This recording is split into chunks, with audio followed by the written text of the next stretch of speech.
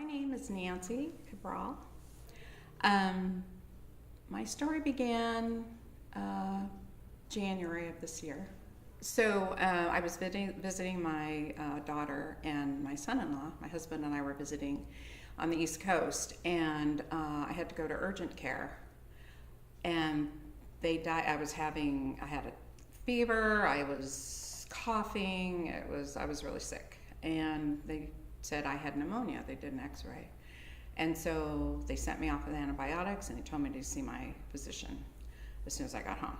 So as soon as I got home, went to see my primary care physician, and they worked with me on the pneumonia. But I probably 6 months earlier, as early as August 2016, I was having a lot of bloating and discomfort, my intestinal discomfort, and I had mentioned that, and it was like, oh, you probably have stress-induced gastritis. So they had me take some antacid, and we just kind of did that kind of thing for 6 months. And then finally I said to her, when we were doing some breathing treatments and taking care of the pneumonia, I said, we need to get to the bottom of whatever this stomach distress is, because it's gone on too long, and I want to get to the bottom of it.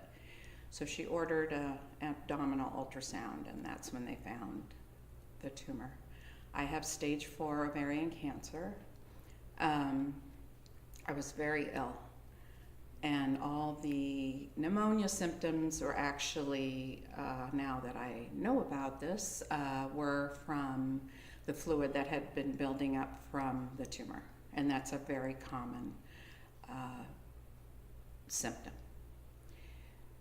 So I was immediately seen by an oncologist, and then a gynecologic oncologist surgeon, who has really been my rock through all of this. I was too ill to really, she didn't want to do surgery on me.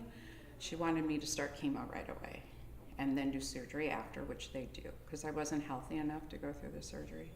So I had 4 rounds of chemo. I also had some fluid drained from my chest and from my abdomen. And so that helped tremendously, and I got so much better once I started the chemo. And so then I was ready for surgery in May. So I had a total abdominal hysterectomy and debulking, what they call it, 6-hour surgery. It was a lot. It was a lot. I wasn't even imagining how much it would be, just to get through that. But so I ended up being in the hospital for like 10, 11 days, because I ended up having a clot. So that I had a clot in my groin, and so I had to have that issue taken care of in addition. So it was a long process, but once the surgery was over, I had 2 months of just, healing. And prior to my surgery, a friend of mine had told me, attends yoga classes, and had told me about the Be Well yoga classes. And so I started there prior to my surgery. And I had done yoga previously, but I felt like in the condition I was, I lost all my hair from the chemo, lots of other issues. I didn't feel like I could go back to my regular chemo or my regular yoga class.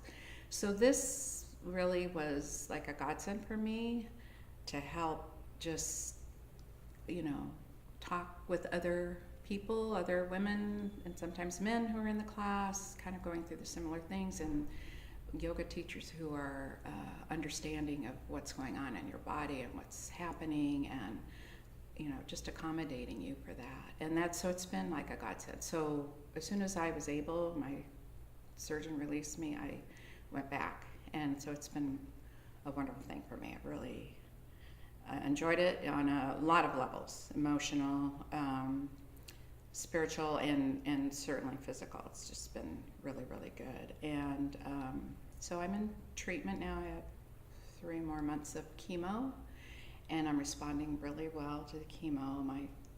My gynec surgeon is just really been so inspiring and really just letting me know that it's really working. Things are going really well. So I'm just full of positivity, and people that I surround myself with have been wonderful. My family, friends, Be Well Yoga, and also my faith in God has just really gotten me through some really rough times. And I have a support group that I go to too. I mean, I'm trying to, like, there's so many things out there that are available to patients with cancer, and so I just encourage everyone to just reach out to wherever they can get that help, because you shouldn't be alone in this. There's lots of people out there that want to help you, and it is really a positive thing. It's a really great thing. So I'm happy to be sitting here. I think if I grew up in a third world country, I probably wouldn't even be alive.